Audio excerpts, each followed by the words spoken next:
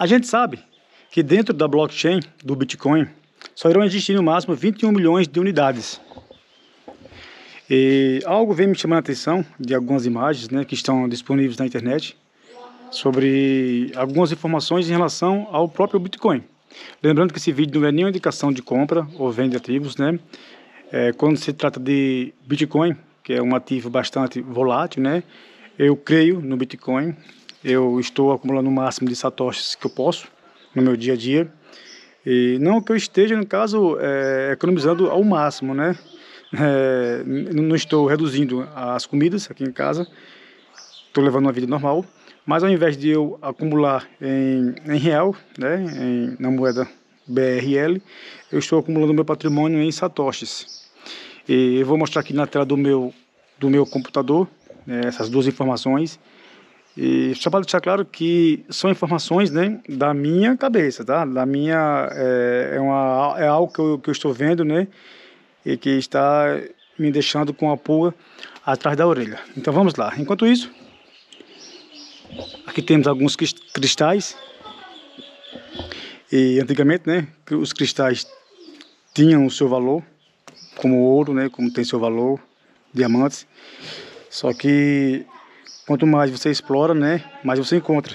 Então a sua escassez não é igual à do Bitcoin. O Bitcoin é escasso, só existirão 21 milhões de unidades. E vamos aqui. Estou aqui agora na tela do meu computador. Vamos ver aqui o gráfico do Bitcoin, né, e o seu preço nos dias atuais. Vou puxar para aqui. O Bitcoin está com 94 mil dólares a unidade. E tem um cidadão, né, que já faleceu, chamado Hal Finney. Eu vou mostrar aqui a imagem. Aqui é a imagem dele. E eu quero que você analise, né, essas datas. Lembrando que essas imagens elas estão disponíveis na internet. Eu estou aqui utilizando, né? E se você quiser conferir, você pode até estar indo, né, na rede social dele. E pode estar também conferindo essas datas históricas.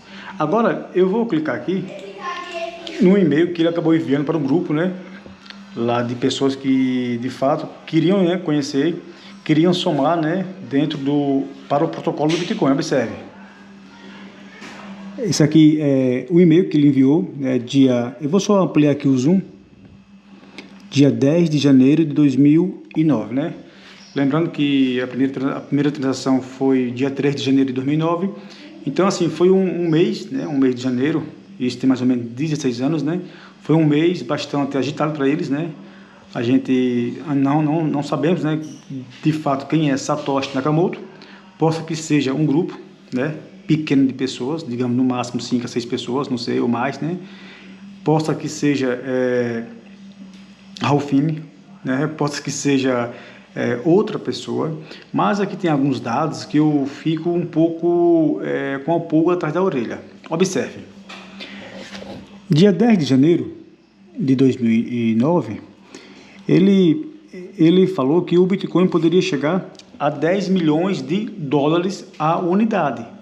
E naquela época o Bitcoin valia nada, só valia, né, um esforço computacional, né, e um gasto mínimo de energia naquela época, e um pouco do seu tempo. Esse era o preço do Bitcoin, em 2009. E já, né, a Hal Finney já dizia naquela época que o Bitcoin, né, abre aspas, né, que o Bitcoin valeria, no caso, né, nos dias, se fosse convertido, né, a riqueza, né, no caso a riqueza da moeda fiat para o Bitcoin. Então, fazendo essa conversão, né, no mundo todo, o Bitcoin valeria por unidade 10 milhões de dólares. E naquela época, 2009, ele estimava, né, mais ou menos entre 100 a 300 trilhões de dólares. A gente sabe que nos dias atuais, esses valores ultrapassam, né, a marca dos 800 trilhões, né, de dólares, e ele já, né, fez essa previsão muito bem antes, né, de isso, né, de fato chegar. Eu creio que um dia chegará nesse valor de 10 milhões de unidade. É um futuro não tão próximo, né, mas se as coisas, né, de fato acontecer como muitos, né, dizem, né, que a gente consiga ver o Bitcoin, né, a 1 milhão, 2 milhões de dólares em um futuro próximo. Mas veja só, né, o que de fato me chamou a atenção. E um dia depois, ele botou aqui, né, ele fez uma postagem dia 11 de janeiro, né, um dia após ele enviar aquele e-mail falando que o Bitcoin já está em execução, né, mais ou menos isso. E eu vou lá retornar para o outro e-mail que ele enviou, e ele deixou aqui, né, que se 20 milhões de unidades, né, de Bitcoin, se esse valor aqui de 100 trilhões a 300 trilhões, né, digamos, né, a economia, no caso global, fosse convertida para o Bitcoin, para 20 milhões de Bitcoins, né, 20 milhões de Bitcoins, cada Bitcoin valeria mais ou menos 10 milhões.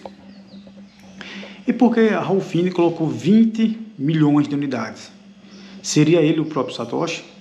Seria ele, né, o conhecedor, né, de fato de quem fez, né, ou quem fizeram o Bitcoin naquela época?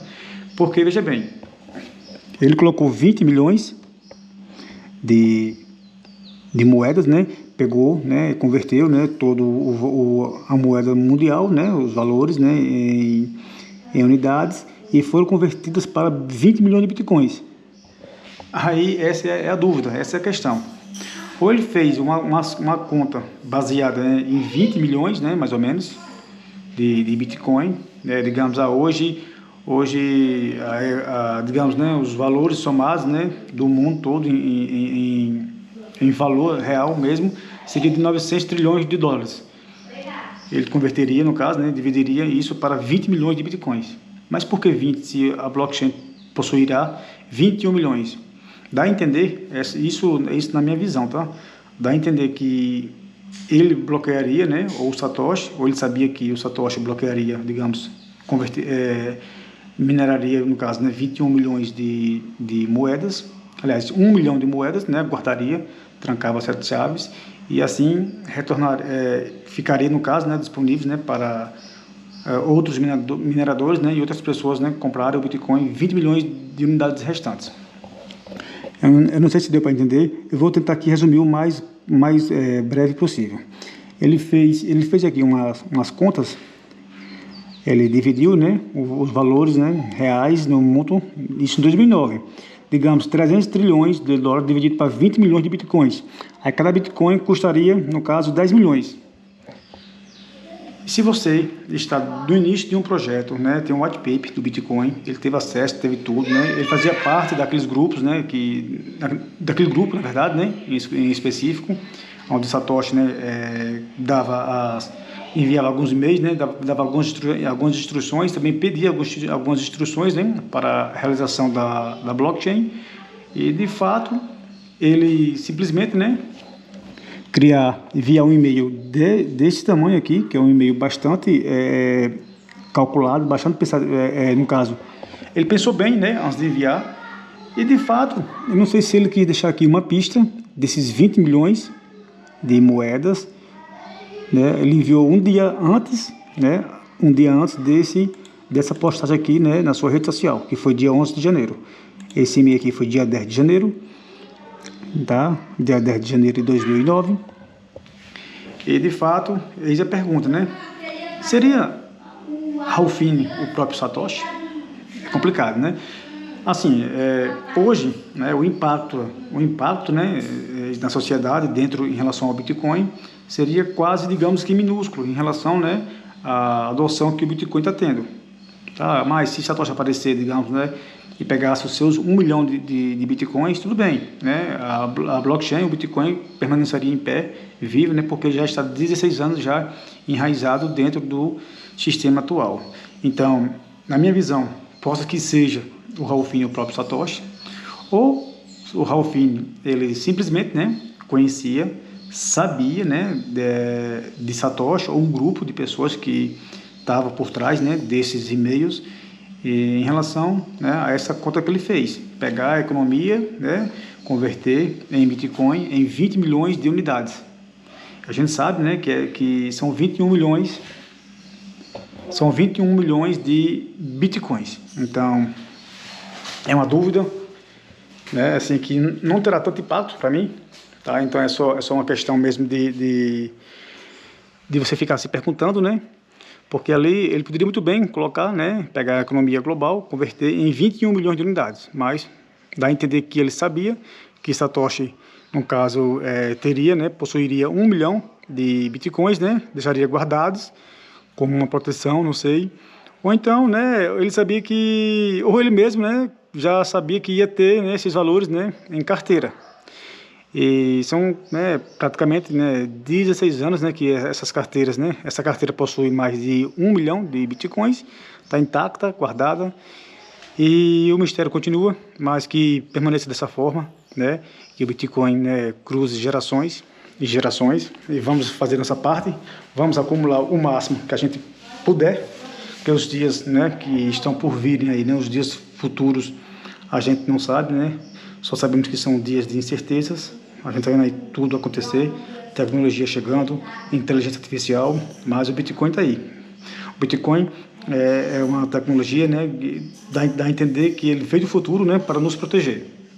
Você pode colocar bilhões de dólares, milhões de dólares, milhares de dólares, centenas de dólares, né, e alguns dólares, e você transferir para outra carteira, né, isso num espaço de tempo. Então, fazer sua parte, estudar Bitcoin. Esse vídeo não é nenhuma educação de compra ou venda de ativos, né? E que a história, né, permaneça, né, com seus mistérios. Isso faz do Bitcoin um ativo, né, diferenciado. Além da sua escassez, né, se Ralph Fiennes de fato guardou esse 1 milhão de Bitcoins, né, se Ralph Fiennes seja o próprio Satoshi, né? Então aqui, boa sorte para todo mundo, vamos fazer nossa parte. Ralph Fiennes fez a parte dele na história. Satoshi, né, de fato, nos deu um presente e a gente tem que saber agora aproveitar cada momento, né, cada Satoshi durante essa corrida, né, de touros, né. Então vou ficando por aqui, espero que você tenha entendido e a gente se vê no próximo vídeo. Até lá.